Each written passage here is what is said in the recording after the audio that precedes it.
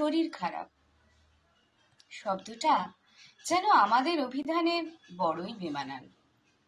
আমরা যারা সেলসে কাজ করি তাদের অসুস্থ হওয়ার অধিকার যেন ক্যালেন্ডারের লাল দাগেও লেখা থাকে না। সকালে ফোন আসে, কি হয়েছে? স্যার, জ্বর। কত? 102। ধুর, একটু গা গরম হয়েছে, একটা ওষুধ খেয়ে বেরিয়ে পড়ো। না, আমার সেই কপাল না, একটু ভালো। বলতে ইচ্ছা করে, স্যার শুধু জ্বর নয়, পা দুটো আজ শরীরের ভার নিতে চাইছে না, মাথাটা যেন ফেটে যাচ্ছে।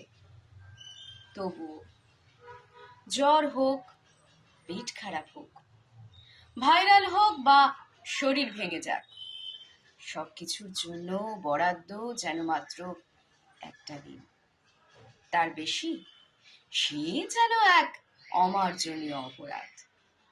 আর যদি কোনো রকমে টলতে টলতে অফিসে পৌঁছেও যাই, তবুও প্রশ্ন আসে, কোন ডাক্তার একদিনে সব ঠিক করে দিল?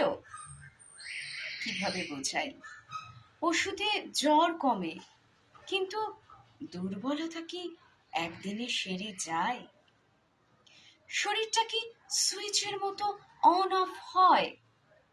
তবুও আমরা আসি, কাজের টানে নয় শুধু, অনেক অব্যক্ত প্রশ্ন, অনেক কটাক্ষ, অনেক অদৃশ্য চাপ থেকে বাঁচতে।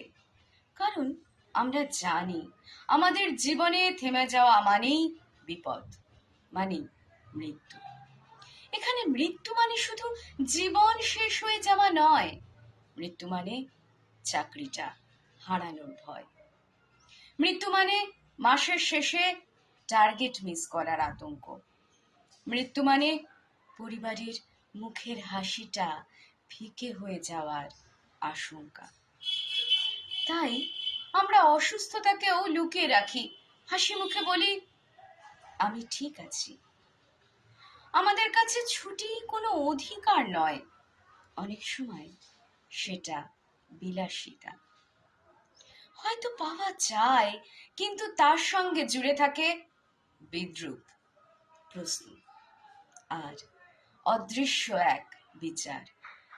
তবুও আমরা চলি, কারণ মাসের শেষে মোবাইলে ভেসে ওঠা সেই একটি SMS এর অপেক্ষায় অনেক স্বপ্ন, অনেক দায়িত্ব, অনেক মানুষের হাসি বেঁচে থাকে।